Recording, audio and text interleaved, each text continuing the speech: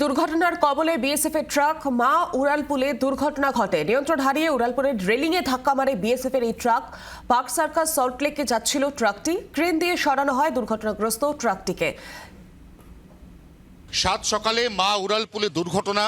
BSF এর একটি truck, এই ট্রাকটি মা উড়ালপুলে পার্ক সার্কাসের দিক থেকে প্রগতি ময়দান অর্থাৎ পরমা আইল্যান্ডের দিকে যাচ্ছিল। সেই অবস্থায় হঠাৎ করেই রাস্তায় পড়ে থাকা তেলে এই ট্রাক স্কিড করে। এর চাকা উল্টো দিকে ঘুরে যায় এবং একদম সামনে এই যে বাউন্ডারি ওয়াল রয়েছে মা উড়ালপুলের, এই বাউন্ডারি ওয়ালের মধ্যে হঠাৎ করেই সজোরে এই বিএসএফ এর ট্রাক ধাক্কা খায়। ধাক্কা খাওয়ার পর আবার চলে আসে রাস্তার বিপরীত দিকে। আমরা দেখতেও পাচ্ছি এখানে ওই ট্রাকের বিভিন্ন অংশ ছড়িয়ে ছিটিয়ে পড়ে রয়েছে মা উড়ালপুলে বিশ্বকর্মা বিল্ডিং এর ঠিক সামনে।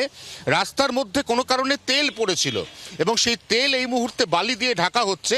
আমরা দেখতেও পাচ্ছি এই তেলের কারণেই বিএসএফ এর যে ট্রাক, এই ট্রাকের চাকা স্কিড করে, একবার নয় দুবার, অর্থাৎ একবার স্কিড করে বাঁদিকে দেওয়ালে ধাক্কা মারে এবং তারপর আবার বিপরীত দিকে স্কিড করে আড়াআড়িভাবে মা উড়ালপুলে যেদিকে গাড়ি চলেছে তার বিপরীত দিকে উল্টো হয়ে এই মুহূর্তে দাঁড়িয়ে রয়েছে বিএসএফ এর ওই ট্রাক।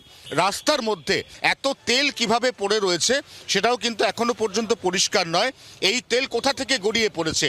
এটা কি বিএসএফ এর এই যে ট্রাক, এই ট্রাকের যে অয়েল ট্যাঙ্কার সেখান থেকেই গড়িয়ে পড়েছে, নাকি অন্য কোনো গাড়ির গড়িয়ে পড়া তেলে এই গাড়ির চাকা স্কিড করেছে তা এখনো পর্যন্ত পরিষ্কার নয়। যেভাবে ট্রাকটি উল্টো দিকে ঘুরেছে তাতে ট্রাকের যিনি চালক তিনি মাথায় চোট পেয়েছেন। তাকে এই মুহূর্তে বিএসএফ এর কর্মী এবং আধিকারিকরা রেস্কিউ করে পাঠাচ্ছে নিকটবর্তী হাসপাতালে। 24 ঘন্টার জন্য ক্যামেরা অরিন্দমের সঙ্গে অয়ন, কলকাতা।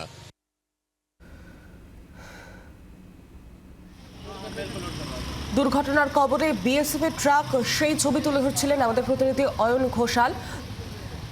মা উড়ালপুরে এই দুর্ঘটনাটি ঘটে। যিনি চালক ছিলেন তার মাথায় চোট লাগে, বর্তমানে তিনি স্থানীয় হাসপাতালে চিকিৎসাধীন।